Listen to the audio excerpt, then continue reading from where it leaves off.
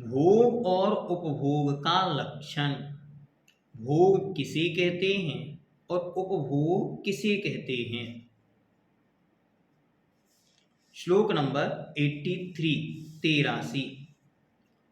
भुक्त्वा परिहातव्यो भोगो भुक्त्वा पुनश्च भोक्तव्यः। उपभोगो सन वसन प्रभति सन वसन प्रभति पंचेन्द्रियो विषयः। पुनः देखें। भुक्त्वा परिहातव्यो भोगो भुक्त्वा पुनश्च भोक्तव्यः। उपभोगो सन वसन प्रभति पंचेन्द्रियो विषयः। भुक्त्वा परिहातव्यो भोगो भुक्त्वा पुनश्च भोक्तव्यः। उपभोगो सन वसन प्रभति पंचेन्द्रियो विषयः। अर्थ देखते।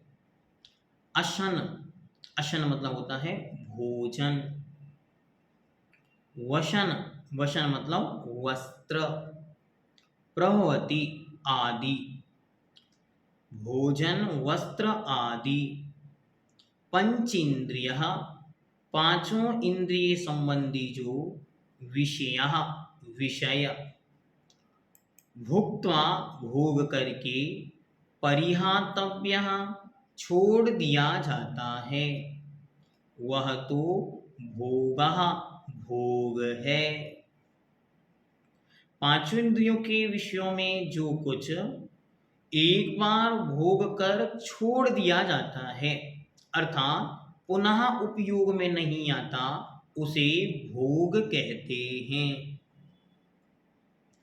च और भुक्त्वा भोग करके, पुनः फिर भोगतव्यः भोगने योग्य वस्तु उपभोगः उपभोग कहलाता है।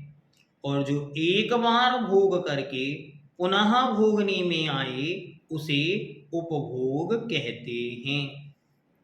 जो पदार्थ बार बार भोगने के काम में आता है वह उपभोग है, जैसे कपड़ा, गहना आदि। कपड़े आपने अभी पहने, फिर इसको निकाला और पुनः दोबारा उसका उपयोग कर लिया। गहने एक बार प्रयोग में आए, पुनः प्रयोग किए, पुनः रख दिए, फिर पुनः प्रयोग किए। और जो पदार्थ एक बार भोगने के बाद फिर भोगने योग्य नहीं रहता वह भोग कहलाता है, जैसे भोजन, माला आदि।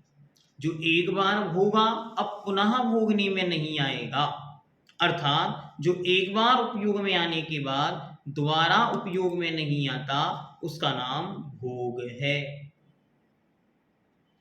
जो पदार्थ एक ही बार भोगने में आता है और फिर भोगने में नहीं आता, वे भोग हैं। तथा जो पदार्थ बार बार भोगने में आते हैं वे उपभोग हैं, जैसे भोजन अनेक प्रकार का एक बार ही भोगने में आता है। कपूर, चंदन आदि का लेपन। पुष्पमाला, फूल की माला, गजरा आदि जो होते हैं, या जयमाला, बरमाला या अन्य मालाएं।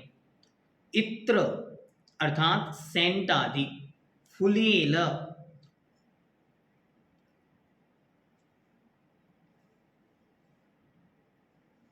शब्दादिक, गीत, संगीत, ये एक बार भोगने में आए।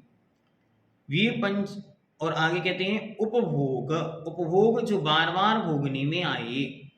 वस्त्र, आभूषण, सिंहासन, पलंक, महल, बाग, वादित यंत्र आदि, यह सब कुछ चित्र ये बार बार उपभोग में आते हैं। उपयोग में आने के कारण इन्हें उपभोग कहते हैं, क्योंकि यह एक से अधिक बार प्रयोग में आते हैं।